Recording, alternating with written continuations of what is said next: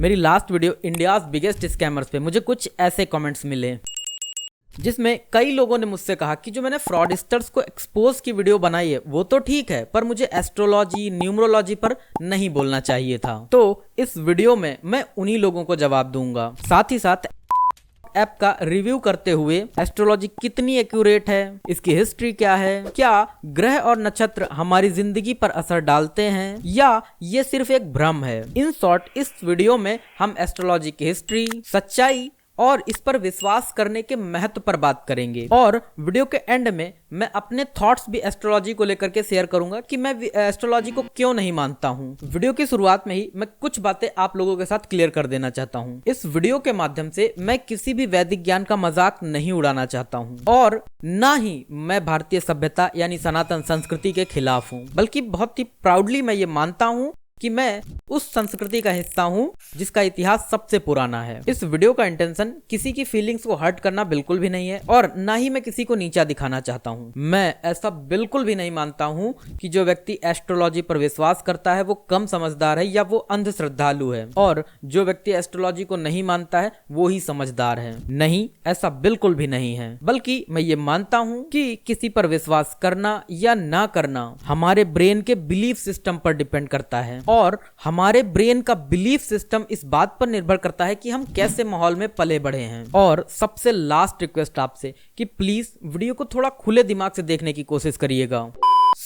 हम video start करते हैं ऐप से, क्योंकि इसी ऐप ने आज के टाइम पर एस्ट्रोलॉजी में आग लगा रखी है। देखो, ऐसा बिल्कुल भी नहीं है ऐप आने से पहले लोग एस्ट्रोलॉजी पर विश्वास नहीं करते थे और इसी ऐप के आने के बाद लोग एस्ट्रोलॉजी में विश्वास करने लगे हैं। नहीं, ऐसा बिल्कुल भी नहीं है, बल्कि पहले से भी न्यूज़पेपर में हॉरोस्कोप यानी राशि भविष्य का एक सेपरेट पेज होता है। टीवी पर भी सुबह सुबह एस्ट्रोलॉजी हॉरोस्कोप से रिलेटेड शोज प्रसारित किए जाते हैं, लेकिन तब तक ये इतनी बड़ी समस्या नहीं बन रहे थे क्योंकि ये फ्री में आते थे। जिसको मानना हो माने, जिसको ना मानना हो ना माने। पर एस्ट्रोलॉजी एप्स में ये पेड हो चुका है और जब हम किसी सर्विस या वस्तु के लिए पे करते हैं तो हमारा बिलीफ सिस्टम उसको लेकर ज्यादा स्ट्रांग हो जाता है। मतलब मान लीजिए आप रोड से गुजर रहे हो और एक व्यक्ति आपसे आकर कहे कि आज आपके साथ कुछ बुरा होने वाला है, तो आप उसकी बात पर ज्यादा ध्यान नहीं देंगे। लेकिन अगर आपने किसी एस्ट्रोलॉजर को पे किया है और उसने यह बात कह दी तो आपका बिलीफ सिस्टम उसको ज्यादा स्ट्रांगली मान लेगा, मतलब आप उस पर ज्यादा विश्वास कर लेंगे। एस्ट्रोलॉजी कितनी एक्यूरेट होती है ये जानने के लिए मैंने ऐप को इंस्टॉल किया। इंस्टॉल करने के बाद इस ऐप में मैंने अपनी बिल्कुल सही इंफॉर्मेशन दी। मैंने अपना नाम, फोटो, बर्थ डेट, इवन अपना बर्थ टाइम भी बिल्कुल सही दिया और मेरी फर्स्ट फ्री चैट स्टार्ट हो जाती है। पहली चैट मैंने शुरू की और मेरी बात हुई श्यामनाथ जी से। इनसे मैंने लगभग 8 मिनट चैट किया है जिसमें मेरे लगभग 200 रुपए डिडक्ट हुए हैं। मेरा पहला सवाल था, महाराज जी पैसों की प्रॉब्लम है, बहुत तकलीफ में हूं और जॉब नहीं लग रही है मेरी। जिसके जवाब में इन्होंने कहा ठीक है मैं देख लेता हूं, मुझे थोड़ा सा समय दें। फिर उसके बाद अगला मैसेज, वृश्चिक लगन की कुंडली पर मेष राशि की पत्रिका बन रही है आपकी जन्म तिथि के अनुसार। मतलब यहाँ पर ये मेरी राशि कंफर्म कर रहे हैं जो कि मेष राशि है। इनका अगला मैसेज आता है, मोहित जी कुंडली हमने आपकी देखी है, लाइफ में मेहनत तो आपने किया है और अगर मैं देख पा रहा हूं तो आपने इससे पहले कुछ काम भी किया है। अब ये बहुत ही जनरलाइज स्टेटमेंट है जो ज्यादातर एस्ट्रोलॉजर्स देते हैं। दरअसल जनरलाइज स्टेटमेंट्स वो होते हैं जो होते तो जनरल हैं, मतलब वो सब पे लागू होते हैं, लेकिन सुनने वाले को लगता है कि ये इंडिविजुअली उसी के लिए कहा गया है। अब ऐसे स्टेटमेंट्स को साइकोलॉजिकल टर्म में क्या कहते हैं इसको मैं आगे वीडियो में डिस्कस भी करूंगा। अब अगला मैसेज इनकी ओर से आता है, क्योंकि आपकी कुंडली में देखो लाभ स्थान यानी कि 11th हाउस में बुध के साथ राहु की युक्ति है और त्रिकोण में केतु भी विराजमान है। पत्रिका में आपके आंशिक कलस्त्रप दोष स्थापित हुआ है। अब इन्होंने जो भी कहा मेरी समझ में कुछ भी नहीं आया। शायद ये इतने भारी भरकम शब्द का इस्तेमाल इसलिए कर रहे हो कि सामने वाले को लगे कि हाँ एस्ट्रोलॉजर साहब भारी भरकम शब्द का इस्तेमाल कर रहे हैं तो पीछे कोई तो भयंकर गणना चल रही होगी। अब अगले मैसेज में इन्होंने मेरे लिए एक भविष्यवाणी की है, और मोहित जी ऐसा नहीं है, धन की स्थिति आपकी अच्छी जाएगी आगे चलकर, बस थोड़ा ग्रहों पर विशेष ध्यान करिए। अब ग्रहों पर विशेष ध्यान कैसे देना है मुझे नहीं पता, क्योंकि वो ग्रह हैं, प्लैनेट्स हैं, मेरे घर में रखी कोई बॉल नहीं जो मैं उनको इधर उधर ढंगा दूंगा। खैर, इनका अगला मैसेज पढ़ते हैं। फिर अगली भविष्यवाणी ही की है इन्होंने मुझको लेकर के, और आपने अपने जीवन में पैसों का नुकसान भी किया है, जो कि ये भी गलत है। क्योंकि मैं अगर अपनी हैबिट्स की बात करूं तो ना ही मैं ड्रिंक करता हूं, ना ही स्मोकिंग करता हूं, ना ही गुटखा खाता हूं, और ना ही मेरी कभी कोई गर्लफ्रेंड रही, तो पैसे वेस्ट करने का तो सवाल ही नहीं उठता। हाँ, घूमना और खाना मुझे पसंद है, जिसे मैं वेस्ट ऑफ मनी मानता ही नहीं। और ये भी बहुत जनरलाइज स्टेटमेंट है, क्योंकि ज्यादातर लोगों को ऐसा ही लगता है कि उन्होंने पास्ट में बहुत ज्यादा पैसे वेस्ट किए हैं। फिर उसके बाद इन्होंने अगली भविष्यवाणी फिर की है, फैमिली में मेडिकल इश्यूज भी है ना, जो कि बिल्कुल गलत है। ईश्वर की कृपा से मेरी फैमिली में सभी फिट एंड फाइन है, और इसके लिए थैंक्स मैं अपनी मम्मी को भी कहता हूँ, जो कि पूरे परिवार का ख्याल रखती हैं। तो ये भविष्यवाणी भी इनकी बिल्कुल गलत थी। अब इसी तरह की भारी भरकम बातें इनकी तरफ से चल ही रही थी। फिर मैंने इनसे अगला सवाल पूछा कि मैं अपने करियर में क्या करूं, जॉब या बिजनेस, जिसमें इन्होंने मुझसे मेरे राइट हैंड की पिक मांगी। लेकिन जब तक मैं उस पिक को भेजता तब तक मेरा बैलेंस 200 रुपए खत्म हो चुका था। उसके बाद मैंने फिर से रिचार्ज किया और डिसाइड किया कि अब मैं चैट पर नहीं बल्कि कॉल के थ्रू बात करूंगा। कॉल पर मैंने 3 अलग अलग एस्ट्रोलॉजर से बात करी, और तीनों से मेरा सवाल एक ही था कि मेरी जॉब कब लगेगी और मेरी जो पैसों की समस्या है वो कब सॉल्व होगी। और तीनों एस्ट्रोलॉजर्स ने मुझे अलग अलग जानकारी दी। ईरव करके एक आए हुए हैं, तो इनसे मैं जरा बात करके देखता हूँ। एक मिनट। लखनऊ का जी जी आपका वृश्चिक लग्न आ रहा है, जी जी और जी आपकी राशि आ रही है मेष राशि आ रही है। पूछिए, आप किस बारे में पूछना चाहते हैं? महाराज जी, मुझे बस जॉब के बारे में पूछना है। मैं तैयारी कर रहा हूँ काफ़ी टाइम से, पर कुछ खास रिजल्ट मिले नहीं है, कि कुछ सही चलता नहीं है लाइफ में। मतलब बहुत मेहनत के बाद भी कुछ खासा रिजल्ट्स नहीं मिलते हैं। अच्छा अच्छा, जी, एक तो सेकंड। क्या करना नौकरी सही आप है? गवर्नमेंट जॉब के लिए तैयारी कर रहे हैं आप? जी जी, गवर्नमेंट की कर रहे हैं, लेकिन क्योंकि प्राइवेट में तो आप जानते हैं स्किल्स का रहता है। अब गांव से बिलोंग करते हैं तो स्किल्स इतनी अच्छी है नहीं, तो उस हिसाब से।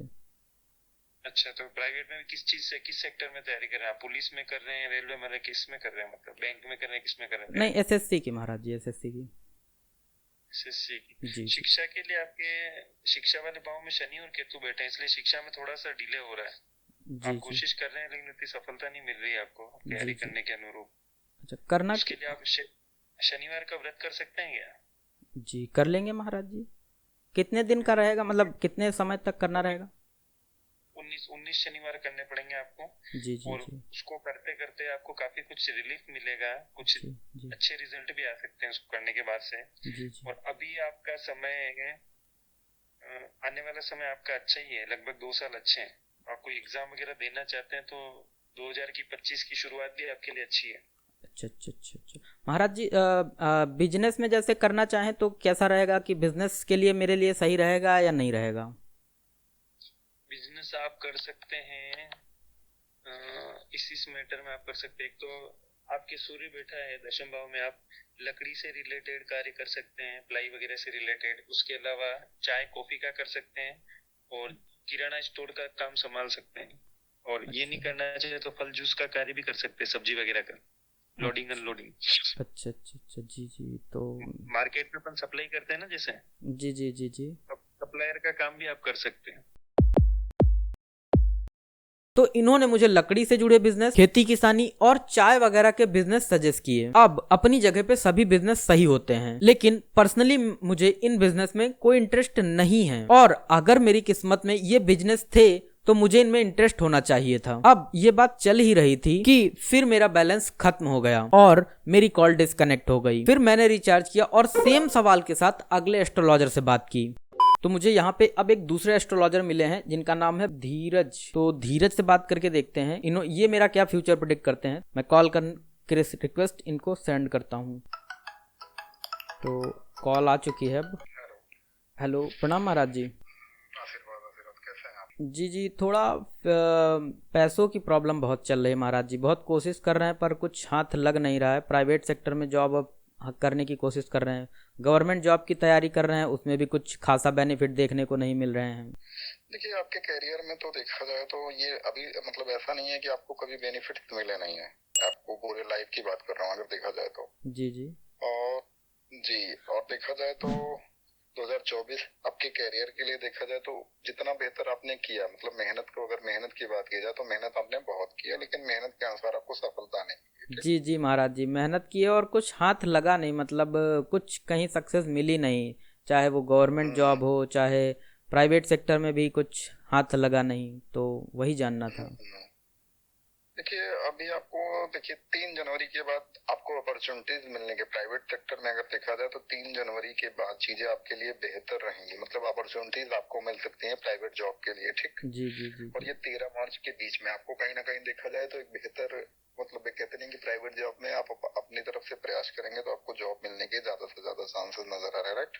जी जी जी जी जी। इनको मेरी कुंडली देखने में थोड़ा ज़्यादा टाइम लग रहा था, तो मेरी इनसे ज़्यादा बात हो नहीं पाई। फिलहाल के लिए इन्होंने मुझे बताया कि 3 जनवरी को मेरी जॉब लगने वाली है और मेरी पैसों की समस्या सॉल्व होने वाली है, और इतनी ही बात करते ही मेरा रिचार्ज फिर खत्म हो गया। फिर मैंने रिचार्ज किया और सेम सवाल मैंने थर्ड एस्ट्रोलॉजर से पूछा, और यकीन मानिए ये तो मुझे अलग ही डायमेंशन में लेकर के चले गए। इनकी भविष्यवाणी सुनने के बाद तो मैं खुद कंफ्यूजन में आ गया कि कहीं मैं गलत प्रोफेशन में तो नहीं आ गया हूँ और उधर सरकारी नौकरी मेरा इंतजार कर रही हो। कॉल आ चुकी है मिश्री जी की। मोहित आवाज आ रही है? जी आते हैं फिर बात करते हैं। जी जी, प्रणाम महाराज जी। जी जी जी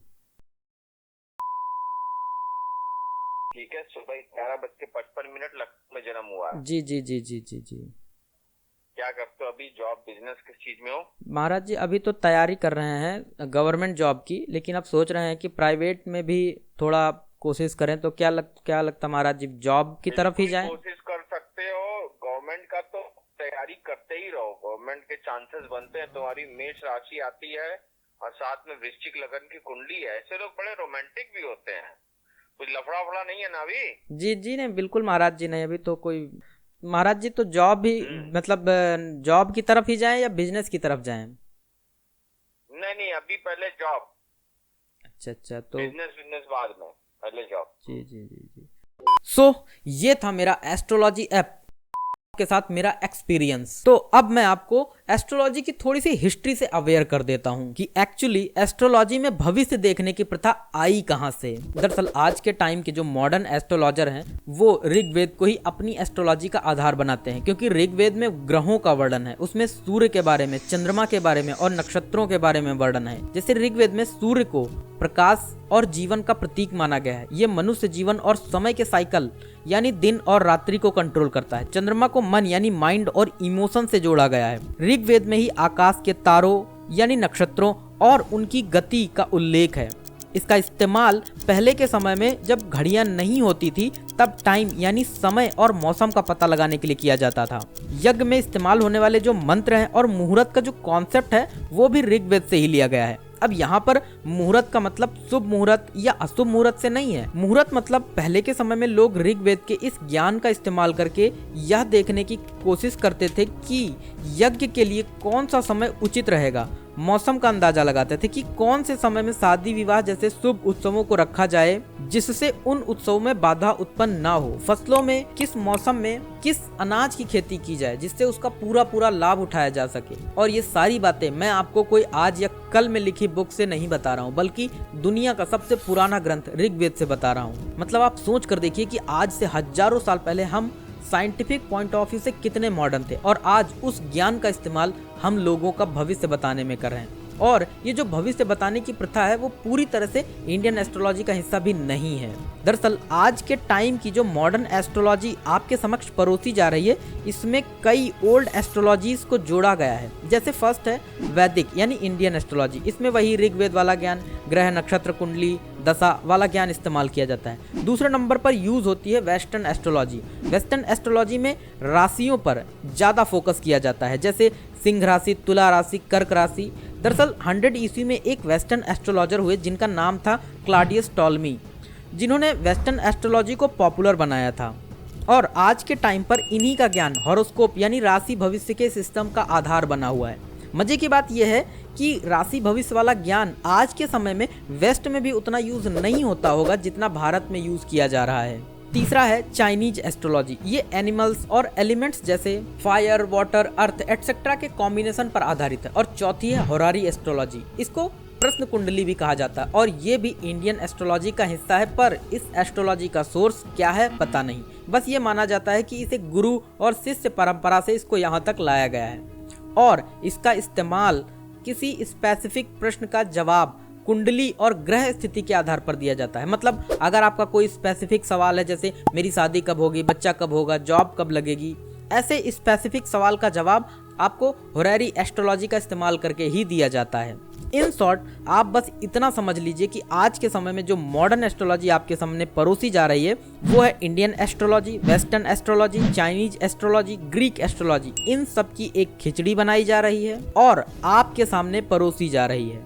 ये एक शॉर्ट हिस्ट्री थी मॉडर्न एस्ट्रोलॉजी की। मुझे लगा कि आपको इस हिस्ट्री को बताना इंपॉर्टेंट है, सो मैंने आपको बता दिया। अब ये खिचड़ी वाली हिस्ट्री समझने के बाद ये डिसीजन आपको लेना है कि आपको एस्ट्रोलॉजी पर विश्वास करना है या नहीं। पर्सनली मैं एस्ट्रोलॉजी में बिल्कुल भी विश्वास नहीं करता हूँ।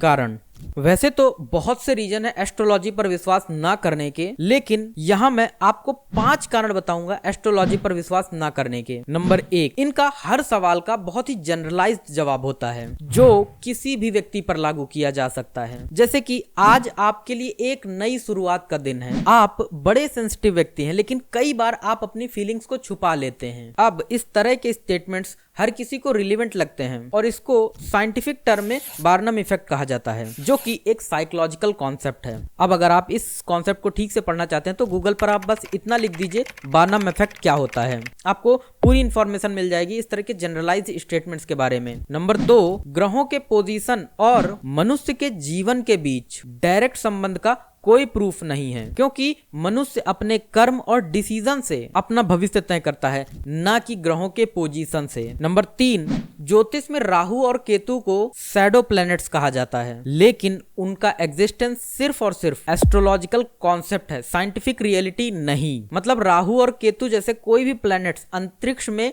एग्जिस्ट ही नहीं करते हैं ही नहीं। नंबर 4, एस्ट्रोलॉजी में विश्वास करने वाले लोग अपनी लाइफ के डिसीजन लेने के लिए अपने विवेक यानी अपनी बुद्धि पर विश्वास नहीं करते हैं, बल्कि एस्ट्रोलॉजिकल गाइडेंस पर डिपेंड हो जाते हैं और ये डिपेंडेंसी उनकी लॉजिकल थिंकिंग और डिसीजन मेकिंग एबिलिटी को कमजोर बना देती है। नंबर 5, अलग अलग एस्ट्रोलॉजर्स एक ही व्यक्ति के लिए अलग अलग प्रेडिक्शन देते हैं। आज के टाइम पर एस्ट्रोलॉजी पर विश्वास करने वाले लोग अपने डर, चिंता और डिप्रेशन मतलब अपनी प्रॉब्लम्स का लॉजिकल सोल्यूशन ढूंढने के बजाय एस्ट्रोलॉजी जैसे अंधविश्वास में फंस जाते हैं और एक एस्ट्रोलॉजर उनकी इसी कमजोरी का फायदा उठाकर उनसे पैसा कमाता है। अगर आप ध्यान देंगे तो आप समझ पाएंगे कि ज्यादातर लोग एस्ट्रोलॉजर से सिर्फ 3 तरह के सवाल पूछते हैं, जिनको हम आगे एक एक करके डिकोड करने की कोशिश करेंगे। मैं पर्सनली मानता हूं कि हर समस्या अपने साथ समाधान लेकर के आती है और अगर समस्या मेरी है तो उसका समाधान भी मेरे ही पास होगा, ना कि किसी एस्ट्रोलॉजर के पास, और ना ही ग्रहों की स्थिति बदलने से